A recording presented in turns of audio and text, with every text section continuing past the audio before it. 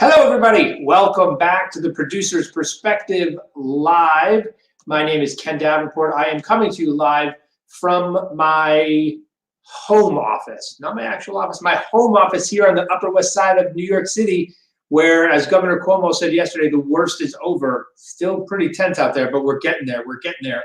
Lots of talk about when we reopen this city and when we reopen this country. So we're getting there. Reminder, stay safe, stay healthy, stay home, stay home. I think I have the day right. What is today? Today is Wednesday. I'm getting there. I'm learning. I'm very excited to have a very special guest today. My partner on one of the one that I am most personally and professionally proud of. It changed my life, my professional life, my personal life, just how I feel about people in general. The WWF West Spring Awakening was one of the most enlightening experiences of my life. We are going to have the artistic director of WWF West here on the show tonight. I just got called out for not having a show shirt on because I didn't know it was Wednesday. I really didn't know. I forgot. Again, I keep thinking it's Thursday. I'll wear something tomorrow. I'll wear a no shirt tomorrow. Tomorrow, everybody, it's No Shirt Thursday here on the Producer's Perspective Live. No, I'm going to wear a shirt. Okay, lots continue to go on. We had the Lortel nominations announced virtually, which was awesome news, right? Look at that. They were announced. Good, congratulations to all of those. Is this a sign that we will have some more virtual awards this year? I don't know. Oh, my wife just said, my wife is commenting, no, nope, no. She says, absolutely not. No shirt Thursday. It's not allowed. Wait a minute. Shouldn't she be excited with me without a shirt on? Anyway. Will we see more virtual awards? Could we have some? Could we have a drama desk? Could we have a Tony Awards, a virtual Tony Awards? I don't think so, but we'll see. Is this a sign of things to come? As I said last night, there's a lot of streaming happening. I want to take a little poll. How many of you believe this streaming phenomenon? How many believe the streaming phenomenon will continue afterwards? How many of you believe that we will continue to have as much content streamed after this is over? So in other words, will we continue to get this much streaming content, or will it disappear? Will we now be hooked on it and want more of it, or will it go away? Let me know what you think. In the meantime, don't forget about the Actors Fund. The Actors Fund, where's that logo, Mary? There you go. Go to my Facebook page hit that tip jar, or go to the actorsfund.org and donate if you can. Every little bit helps. On Thursday, that's tomorrow, on Thursday, I'm also teaching a webinar. What theater makers, how they should, oh my God, I'm just a mess tonight. Didn't know what day of the week is, 2 nights in a row. How theater makers can make the most of their quarantine.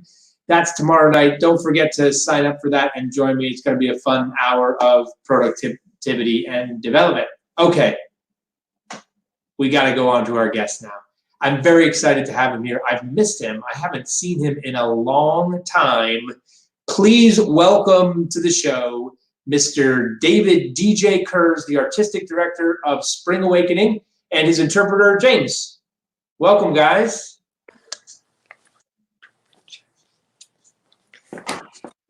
How are you? Thank you. Good to see you. Thank you. Yes. I do have to sign a little bit smaller, actually, because I'm in a smaller sign space here, but I'm doing great, Ken. How are you doing? I'm doing fantastic. Are you in Los Angeles? Yes, that's right. Still here in beautiful, sunny Southern California. Yeah. What's the mood there, considering all of this? Everyone, New York is very tense right now still. How is the other big city in the country? I think it's very similar, not the same, but we're all staying at home. And it's a little bit tense. We're used to being outdoors here, the relaxed lifestyle of Southern California with the weather and all the parks and all of that. But now the parks and trails are closed, and nobody knows where to go except to our front yard, our backyard. And people are starting to sort of look at each other, but it's been hard on all of us and my family, but we are staying safe, and that is for the best. But how about your family, Ken? How's everyone? We're good. We're going a little stir crazy like everybody. In New York, we don't have houses. We have these small apartments. So not only is it very tense here because of the pandemic, but also we're all in a very small space. So it's twice as tense just because we're so compacted. So yes, understood. Our friend Marley Matlin had a good joke the other day on Instagram. I believe it went something like this. She said, stay safe, use sign language, because of course, when you're talking to each other, you have those droplets coming out, whereas we don't have them coming off our fingers. So I hope us deaf folks are a little bit safer than the majority, but I hope everyone is fine. Yes. It's a big marketing for the sign language. I love it. Very good. It is harder to read sign language with those masks on those. We rely so much on the facial expression and reading lips. And it's, someone says, can you read my lips? And I say again.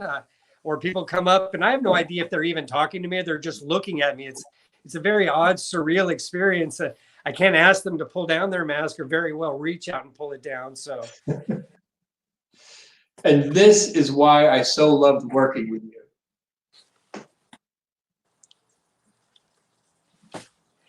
We deaf community rely on access, of course, access to information. And when that's taken away, we start to fear our lives worse than any pandemic. I mean, the need to communicate. And it's been a fascinating time in our community. I'm watching all the posts on Facebook, and people are posting their vlogs, as we used to call them, and brave stories on their experience with the virus. And it's very sensitive information. And I understand that, they have to let out that information or get information somehow, because it's very tough to access information through the medical community, hospitals, and so forth. When you're in there and you're having an interpreter, you're okay, but we're a forgotten group for sure on a lot of the posts on up-to-date information.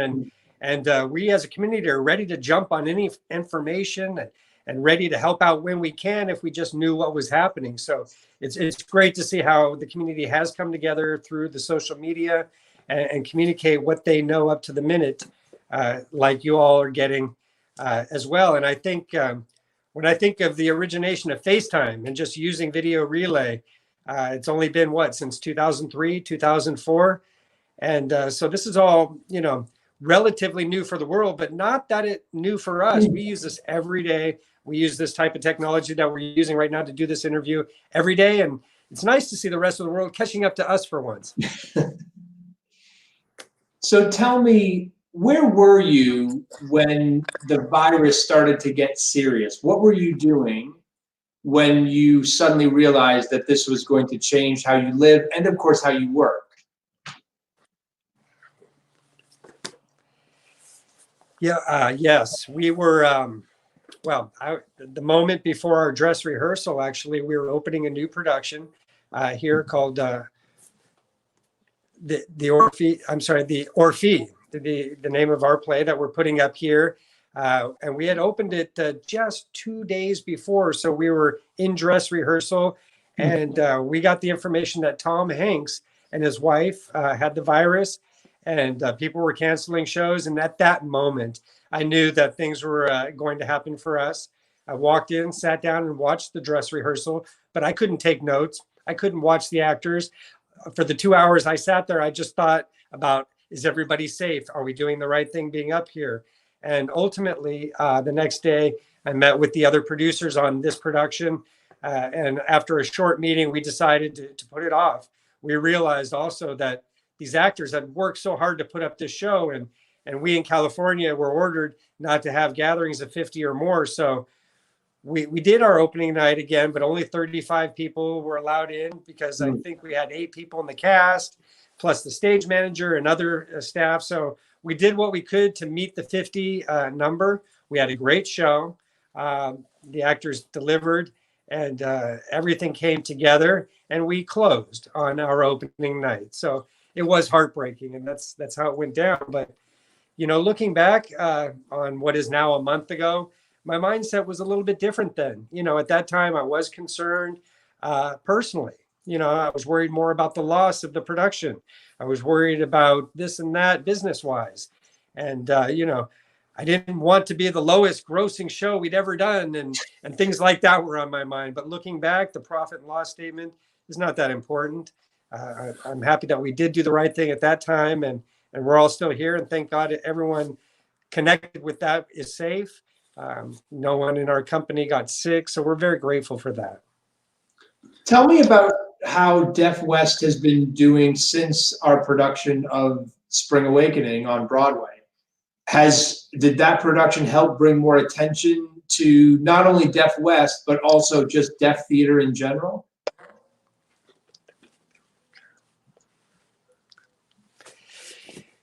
I think that production on Broadway, made waves that are still being felt for us today. I think that other companies in town felt that as well. And there are people who are starting around town or hiring the deaf actors that came out of that production. More roles are being written for deaf actors, for any deaf actors out there. That's one of the great things that came out of our collaboration with you. And we look for more great things in the future. A lot of the theaters after our production took a look. When we came home from Broadway, we were back at square one. We were still just a little theater company that could, and we persevere and did all the things we've always done. But we didn't know if the rest of the industry would experience that. And we just kept doing what we're doing and marching along. And it looks like they're realizing we're still here. And are you focusing now on new plays or revivals with sign language? What's the focus for the theater going forward now?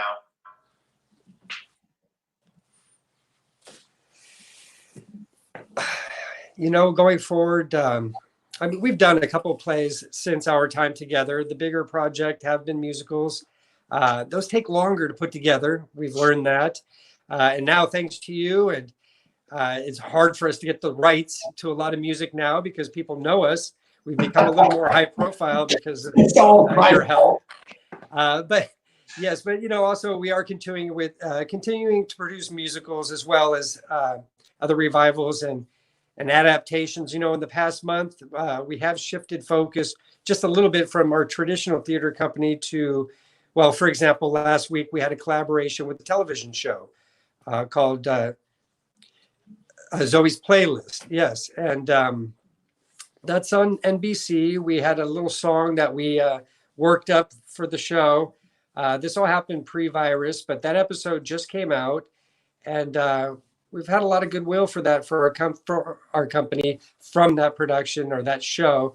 And just last week, we worked with Kelly Clarkson on her new song. It's called I Dare You. And that's music video is done entirely in American Sign Language. So we had a lot of fun casting the performers, by video, having them send in their audition tapes. And it's been a great way to stay connected to the deaf talent that's out there during these times. And even though we're not putting up traditional shows, we're still out there and pushing the line, the boundary, as it were, for us to work with the industry as a whole. And we're also putting together our next theatrical production. We're supposed to have it in the fall. I don't think it's going to happen.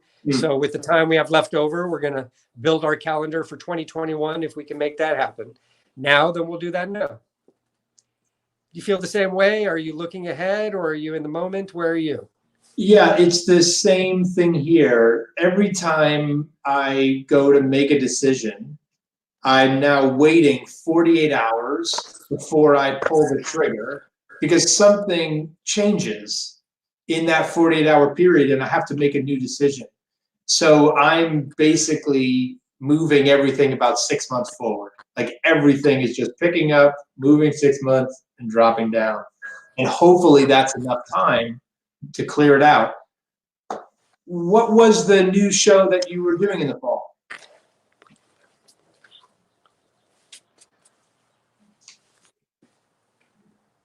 I don't want to give away too much at this time, but it's a show that we did get the rights to. We have, well, we got them officially, but the revival of the show is coming, and it's a drama. I'll tell you that much. But it's like you said, we're following your lead essentially. I mean, the theater industry looks to Broadway to see what's happening and as a business model, and I think. It's going to be great for our audience to get back to the theater. I think our audience loves the theater. I understand there's going to be a resistance to gathering. I think about that a lot, but I really admire that all that you do, and I know that Broadway is such a very important part of our culture. I think streaming is real. I think streaming may change the theater industry, perhaps forever, in good ways, I hope. I believe we'll be able to find new ways to express our art regardless. We just got a great question that I want Mary to put up from Catherine McKinnon here. Is there a donation link for Deaf West? Yes, of course. Always www.deafwest.org. And yeah, thank you so much, Catherine. Love you. Yes. Please do donate. Deaf West is an incredible organization. I want to ask you about how you choose revivals to do.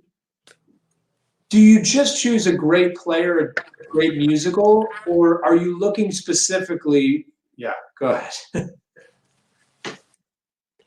I think that we at Deaf West, we're a rather mature theater company. We've been through several productions, and I think the formula at this point that works for us is to find material that has the ability to be expressed in sign language, the ability to highlight deaf culture or deaf community through that lens, of course. But we look for a script that shows the ability to highlight a different culture, community. For very often, I'll read a script that a director will bring in and I'll read it for hours. And it takes me hours to try and figure out how we can do this show in a way that's relevant to the deaf community and are also aesthetically pleasing and artistically satisfying. And I think one of the criteria we look at is what do we as Deaf West bring to the material? What do we do that's unique that nobody else does? And how can we shape this material into a diamond, that is satisfactory for our audience who is sophisticated and doesn't want just any old material presented in sign language, but something that highlights the story. And that's what we do as a theater company. That's what we look for. So Wayne Stafford just now asked, what is a work you've always wanted to do? Maybe it's one of those that you can't get the rights to because of me. Hamilton. I mean, maybe someday when rights become available, who knows, 50 years from now, we'd love to do Hamilton. How do you think, on the other side of the lights, how do you think we're doing in terms of accessibility for deaf audiences in general, on Broadway, off Broadway, and regionally?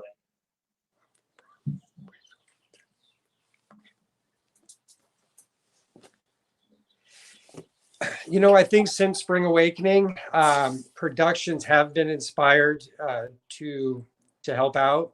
I think that changed a lot on Broadway. I think that was 4 or 5 years ago we were there, and accessibility has increased greatly. We do have captions now at the Gala Pro. That's an app, the Gala Pro, that app that I put on my phone, and I can get subtitles for so many Broadway shows now. That's become standard.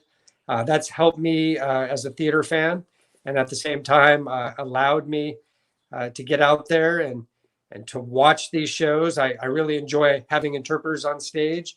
That's my personal preference, and I am seeing an increase in that. There was a time when that didn't happen so often, and it's happening. We love the choice.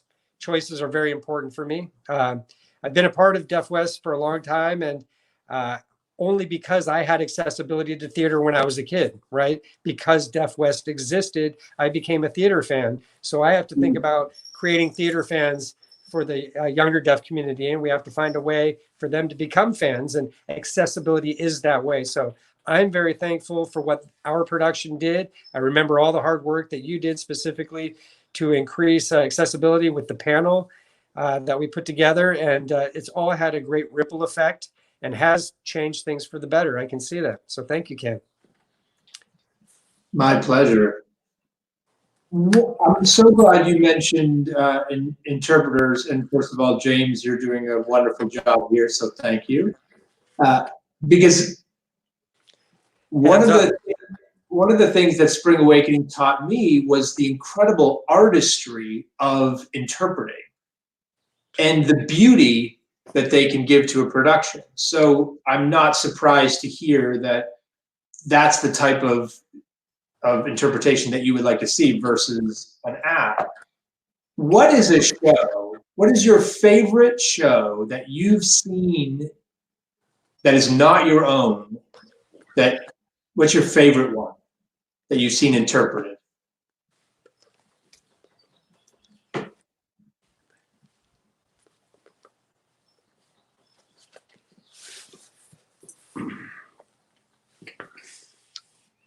You know, in Los Angeles, we go to a lot of productions that are put on by the Center Theater Group.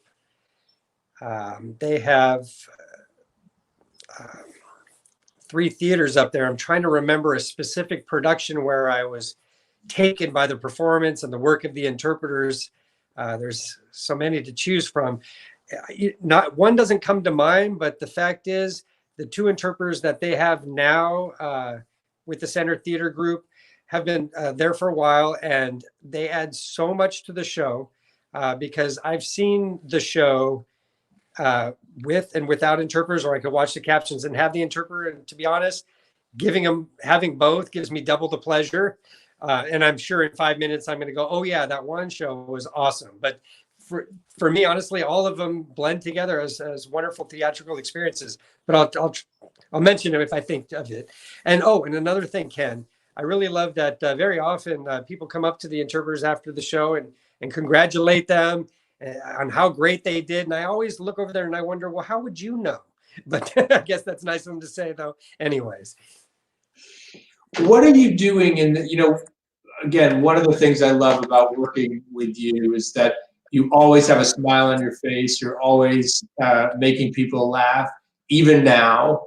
What are you doing to stay positive during this time, especially with all of your actors and your artists, and keeping them up at a time when I'm sure, as you said, it's harder for your community to even get information at times? How are you keeping them motivated as a leader?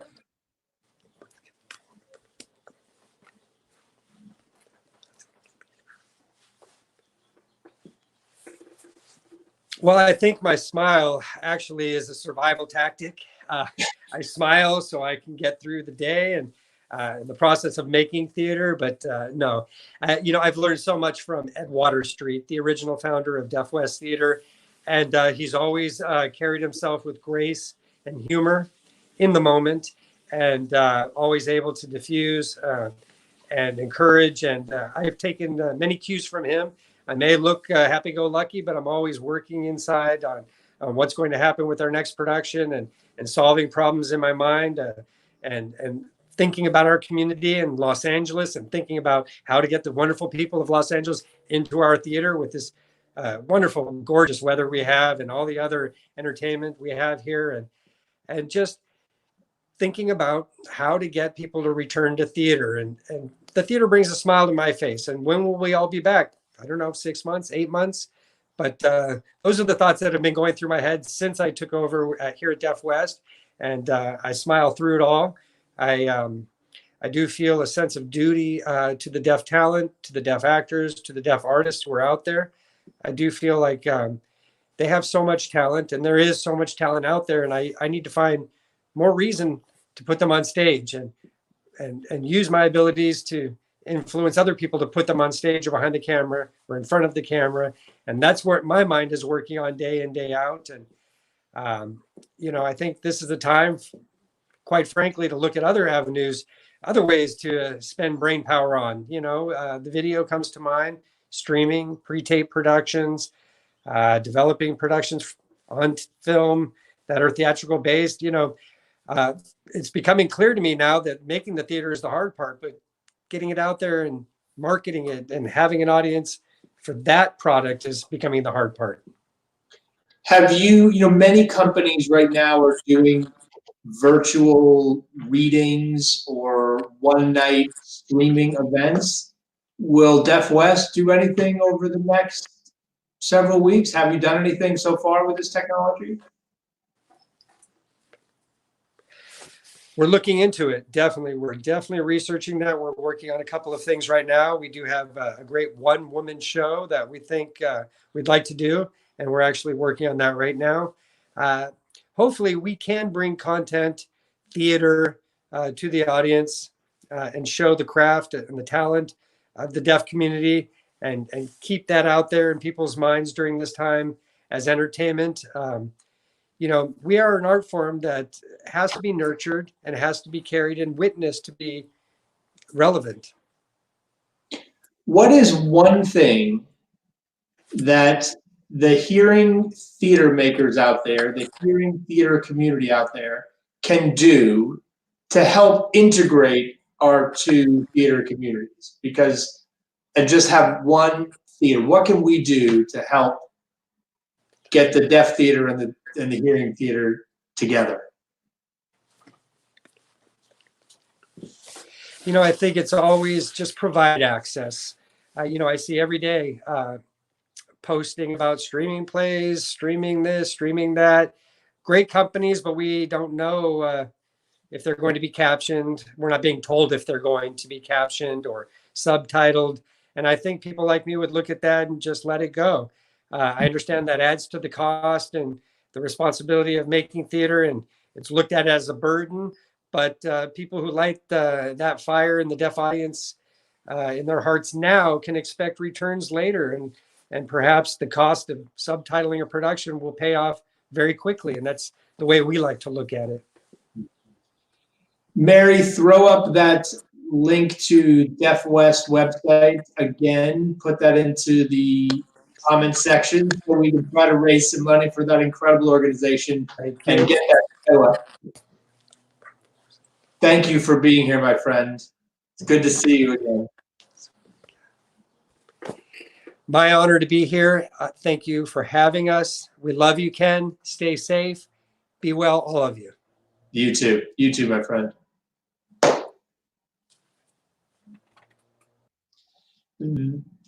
That was DJ Kurs, the artistic director. Very smart, very talented, and very, very funny man that I had the pleasure of working with on our production of Spring Awakening several years ago, directed by Michael Arden. It's so good to see him again. They do great work. Go see a Def West show if you're in Los Angeles. Sounds like they're trying to get their show going, or a new show going in the fall. So go check it out. They do brilliant, brilliant work. And if you haven't seen anything of theirs, it's truly a thing of beauty.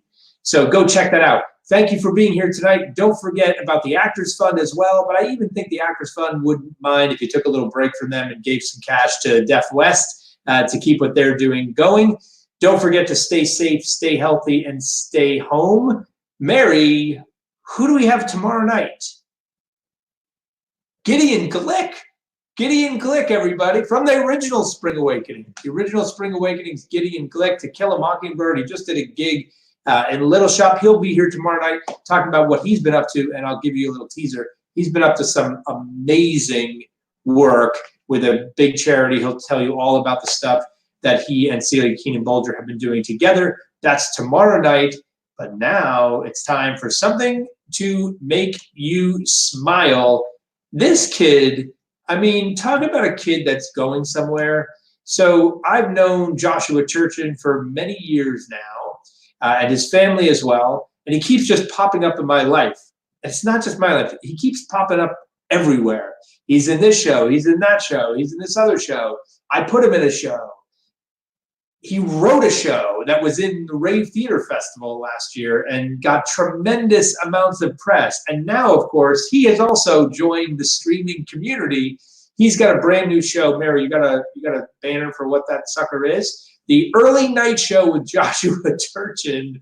It's like a talk show, cabaret show. He brings on other kids. He talks to them. It's amazing. He's what, 12 now, 13 now? I don't even think I mentioned it. I'm telling you right now, watch this episode, watch this sucker, read this kid. This kid is going to do something big because he's doing so much stuff right now as a 12-year-old. And I'm a big, 13 maybe, I'm a big believer, like accomplishing great things is partly just a matter of putting more stuff out there in the world. It's the 10,000 hour rule if you follow Malcolm Gladwell. And that theory, you just put 10,000 hours of practice in, you're going to be a master. Joshua Turchin is starting very young. He is going to be a master. He's going to create something very special. Go check out this show, any of the other things he's doing, because I'm telling you, give him 10 years, he's going to be doing some incredible stuff. And you'll be able to say, I saw him when he was something to make you smile on the Producer's Perspective Live. Okay, everybody, that's it for tonight. Join us tomorrow with Gideon Glick. Thank you so much. Stay safe. We get through this tomorrow. And don't forget about tomorrow night, the webinar, 6 o'clock. 6 o'clock tomorrow night. Show that screen one more time, Mary. She didn't. There you go. Link in the comments. Go check that out. We'll see you there and then. Thanks, everybody.